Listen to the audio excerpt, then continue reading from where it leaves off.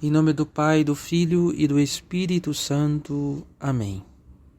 Nós vos adoramos, Santíssimo Senhor Jesus Cristo, presente aqui e em todas as vossas igrejas que estão reunidas no mundo inteiro.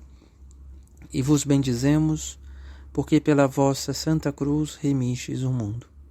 Em nome do Pai, do Filho e do Espírito Santo. Amém. Queridos irmãos e irmãs, nesta quaresma vamos nos propor a meditar acerca destes santos de vida contemplativa. Hoje vamos iniciar com a vida de Santo Antão e alguns dias vamos tentar meditar algumas coisas acerca deste grande homem que viveu no deserto, tal como Jesus, naqueles 40 dias de luta, de oração e também de consolações, onde os anjos vinham ao seu encontro. Sabemos que Santo Antão era chamado a estrela do deserto. Era comum na antiguidade de assim chamá-lo, pois a estrela, aquela que brilha no firmamento, que atrai os olhares para os céus,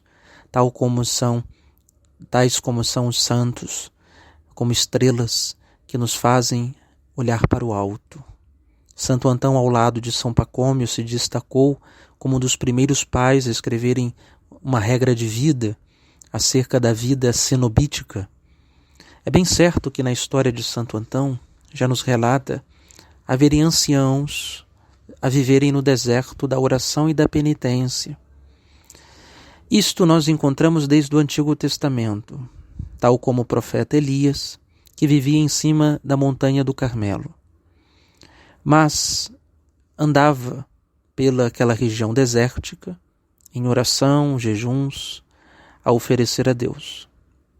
Depois contemplamos isto no Novo Testamento, na vida de São João Batista. E é a vida de São João Batista que vai inspirar propriamente a vida de Santo Antão e São Pacômio. Os padres do deserto tinham São João Batista como um grande patrono, pois era aquele que vivia comendo gafanhoto e mel e passava o seu tempo de purificação lá no deserto, em oração íntima, à espera da revelação do Messias, que era o seu primo, nosso Senhor Jesus Cristo. Hoje, então, iniciamos acerca da vida deste grande homem, Antão. Antão tinha grandes campos, era dono de grandes campos de plantações de uva, perdeu o seu pai e a sua mãe. Já na sua juventude, ele e sua irmã, mais nova. Certa vez, lá no Médio Egito, na capela de sua aldeia chamada Quimã, houve durante um sermão uma leitura oral. E nesta leitura falava-se do Evangelho, onde Nosso Senhor dizia do desprendimento aos apóstolos que não deviam levar nada, nem cajado, nem sacolas. Em uma oração íntima, depois da leitura oral, que havia sido feito dos Santos Evangelhos, Santo Antão escutou com muita clareza uma voz que acreditava o próprio santo ser a do Cristo, que dizia: se queres ser perfeito, vai, vende tudo que tens, depois vem e segue-me. A partir desse momento, se despertou no coração de Antão uma chama viva de querer cumprir a vontade de Deus. E realmente, Antão põe-se a vender os seus terrenos, conseguindo uma boa quantia de dinheiro, entrega a sua irmã mais nova ao cuidado de monjas que viviam no Egito e lá deposita toda a sua quantia para o auxílio de sua irmã, caso mais tarde não quisesse se fazer freira. Mas, pelo destino de Deus, a irmã de Antão seguiu a vida contemplativa. No início, Santo Antão foi para o deserto e não muito longe de sua aldeia, onde numa cabana, começou a viver com um ancião, um idoso, que, sem ser propriamente falando um eremita, vivia na Sese havia muitos anos. Era uma tradição, como eu já havia dito, corrente naquelas regiões do Egito, entre os cristãos.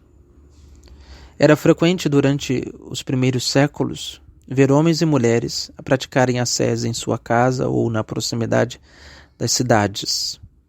Por vezes, outras pessoas também se juntavam a eles para constituir pequenos grupos ascéticos.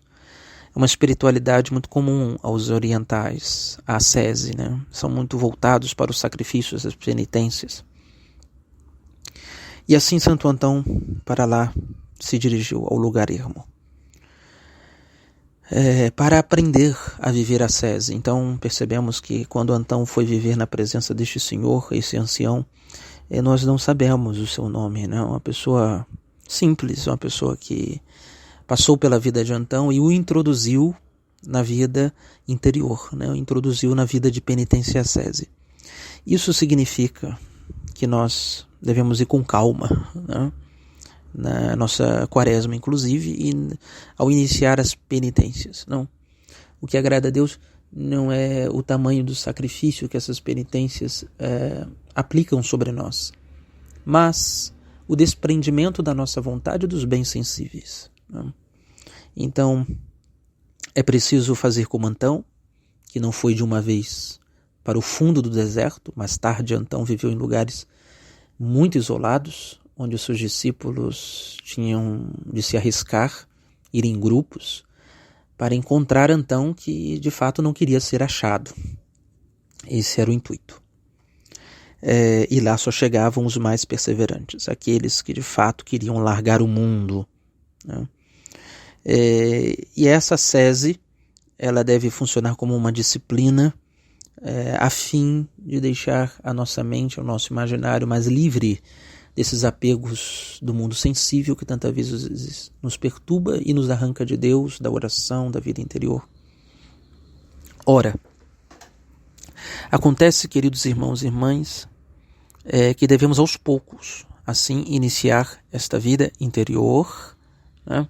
Às vezes temos grandes propósitos, mas talvez não valem muito, porque nas primeiras moradas da vida interior é muito comum perceber a inconstância, né? Então, as pessoas são muito inconstantes e não adianta aqui fazer grandes propósitos e não cumpri-los, certo?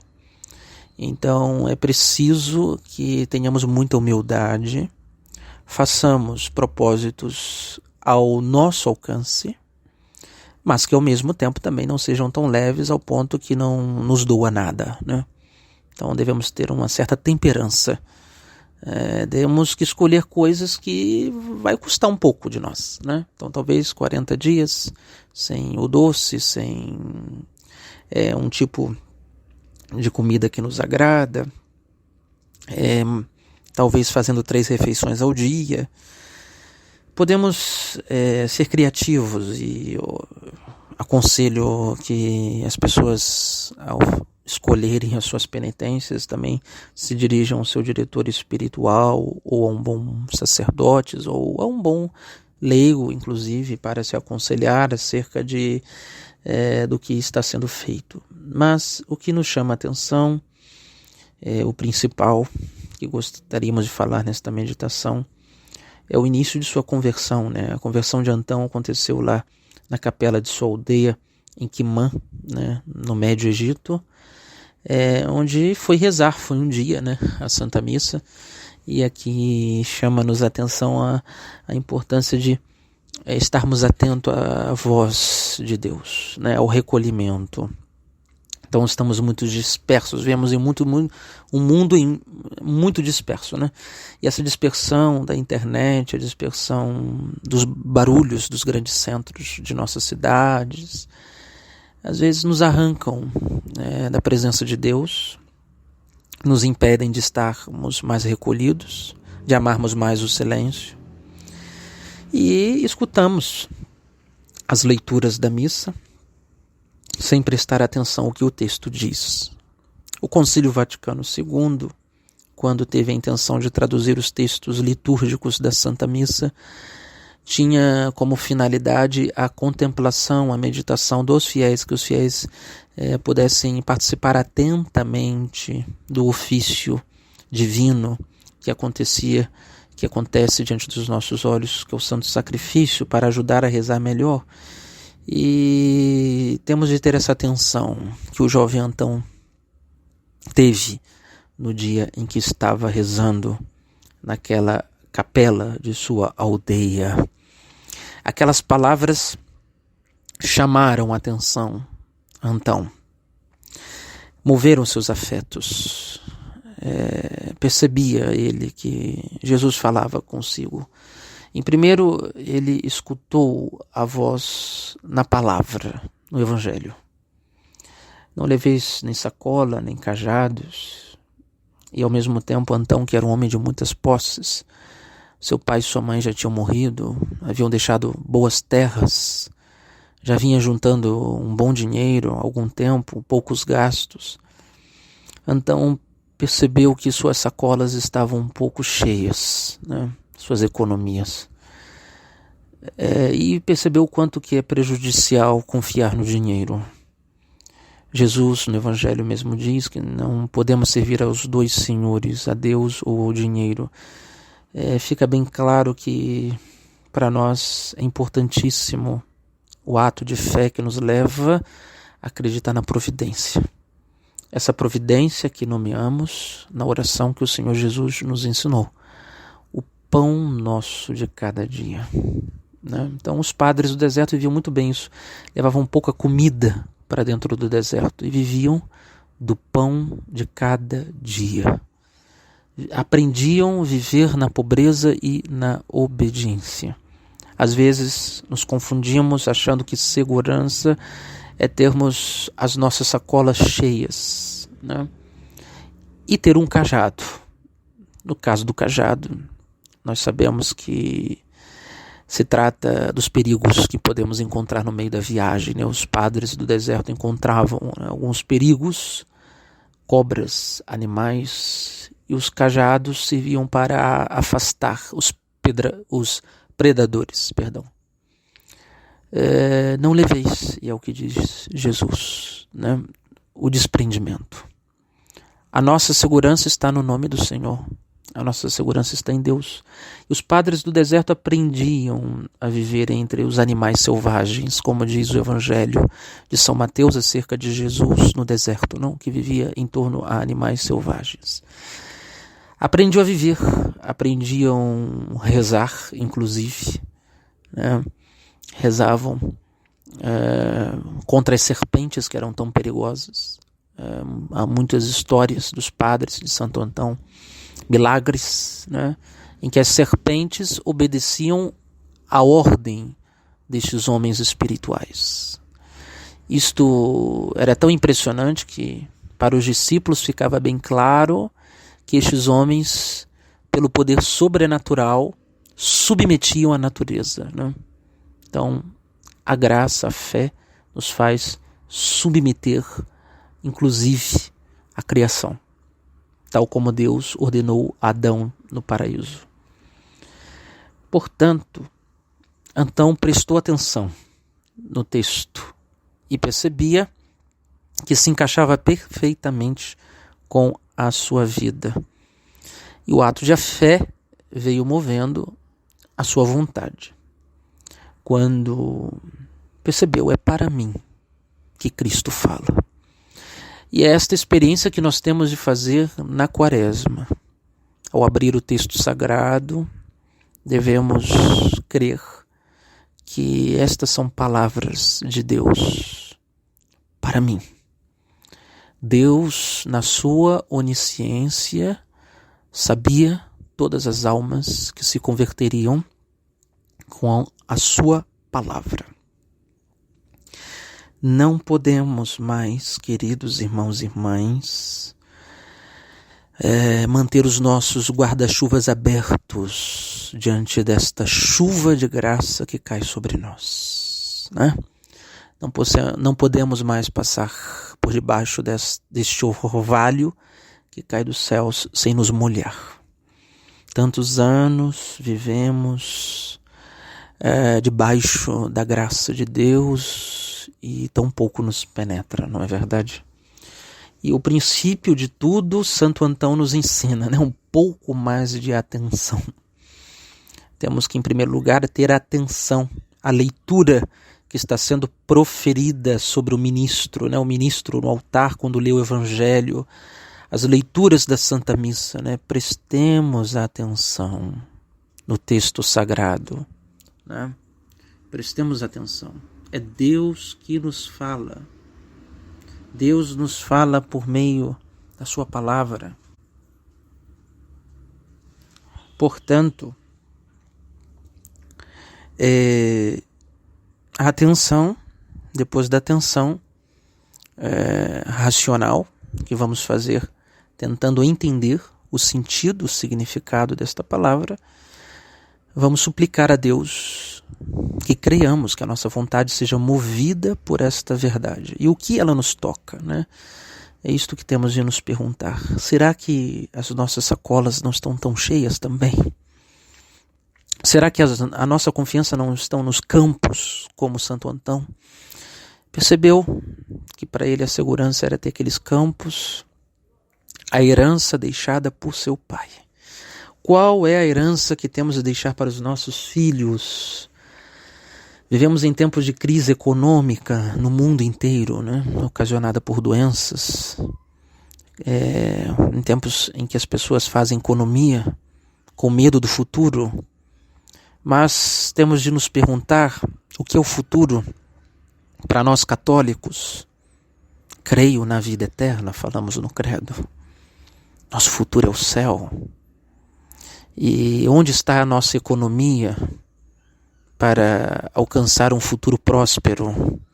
Para que amanhã não nos falte o pão do céu. Para que amanhã não nos falte o oásis, que é o paraíso. Estamos caminhando no deserto desta vida e não queremos entrar no deserto ainda pior do que este, pior do que as serpentes, falta de água, de alimentos, vai ser a total carestia, a condenação no inferno, mais quente do que o deserto, mais árido, lugar onde não tem vida nenhuma. Os padres, como Santo Antão sabia que aqueles que conseguiam passar pelo deserto já estavam aptos para entrar na eternidade. Aquilo era muito mais intenso do que o próprio purgatório, pois as chamas eram muito mais perfeitas, as chamas da caridade, que os purificava pela oração.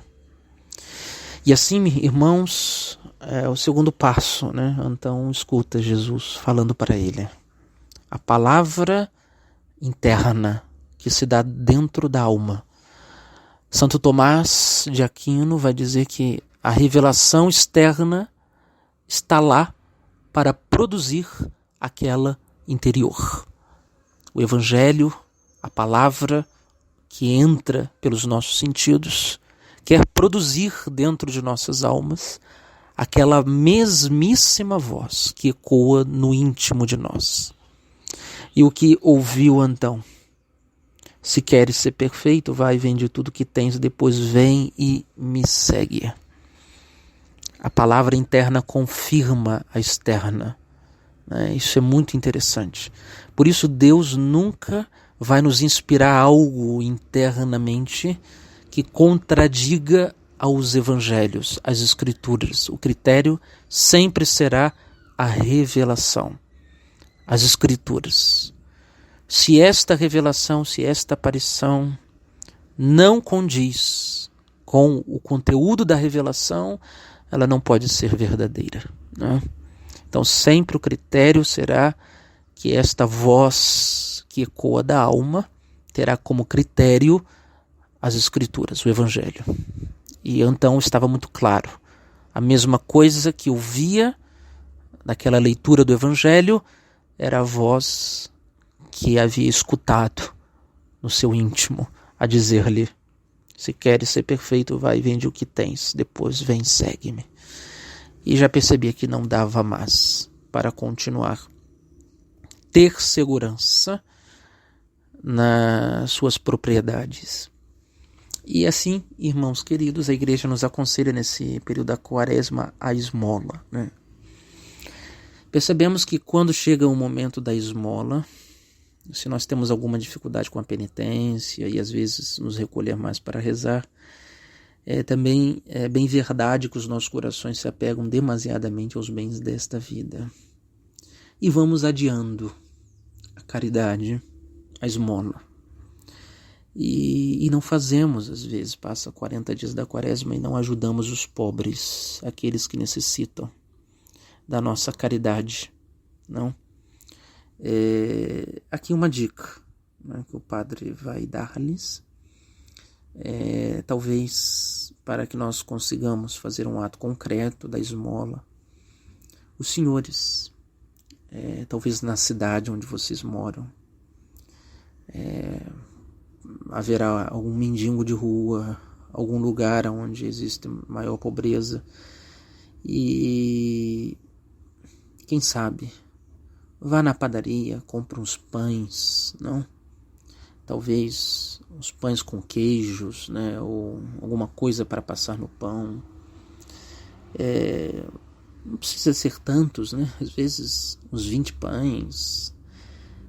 E faça a sua esmola semanal, ou em 15 dias, né? E vá naquela comunidade, naquele lugar, naqueles desabrigados ali, aqueles irmãos de rua, né? Ou então faça algum lanche bem feitinho, né? Pão de forma, né? Com algum suco, algum refresco, né? E naquele lugar que você já sabe, onde tem ali os moradores, pare um minuto e dê, né? Ofereça para eles ali, os meus irmãos, somos católicos, né? E talvez dê algum santinho, né? Alguma coisa que caracterize, né? Que aquilo é feito por um cristão, alguma mensagem do Evangelho, da vida dos santos, quem sabe que eles fiquem movidos pela caridade e se cheguem a converterem-se, por exemplo, né? Ficarem gratos a Deus pela bondade dos cristãos. Isso pode acontecer. Outra forma de esmola é nutrir os famintos espirituais. Compre um bom livro, né? E dê para aqueles cristãos que você percebe que precisa de mais catequese, né? E você diga a ele: aqui, meu irmão, estou te presenteando com este bom livro. Leia, vai te fazer bem. E a pessoa vai pegar com afeto, né, carinho. Nossa, vai ficar surpreso de você ter presenteado ele com uma boa obra, não? A esmola também, meus queridos irmãos, pode ser alguma coisa que os seus familiares estejam também precisando, que são pobres, né? Vai ajudá-los muito. E você pode fazer desta forma. Ou alguma notícia, de repente que alguém está doente, você ajuda a comprar um remédio, né? Então podemos de diversas formas manifestar esse desprendimento, né, ao dinheiro, que é necessário para a saúde das nossas almas, né?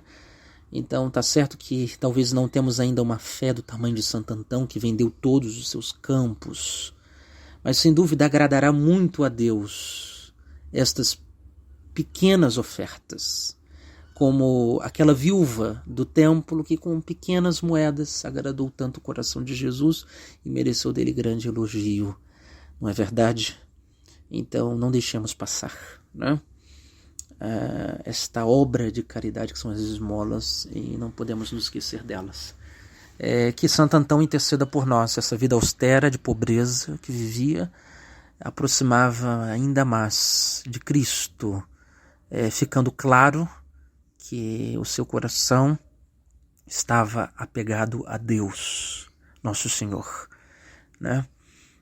E se colocou a rezar. Que na capela da sua cidade, como Antão na sua aldeia estava, né? Ouviu a leitura com atenção, a meditou no coração e escutou Cristo ali falar. Nós possamos fazer o mesmo aonde habitamos. Entre na igreja do seu povoado, preste atenção na palavra, se alimente não apenas do corpo de Cristo na Eucaristia, mas alimente-se antes do pão que alimenta o maná da sua palavra. Né? A palavra de Deus abre o apetite de nossas almas, a fome. E nós, quando comermos do corpo de Cristo, sem dúvida, nós vamos ter muito mais vontade de nos saciar. E vamos perceber que a Eucaristia irá fazer ainda mais no nosso interior. Por isto que antes de nos alimentar do corpo de Cristo é preciso que nos alimentemos do pão da palavra. Né? Não podemos desprezar a palavra. Deus nos fala, abramos os nossos corações. Que Santo Antão interceda por nós.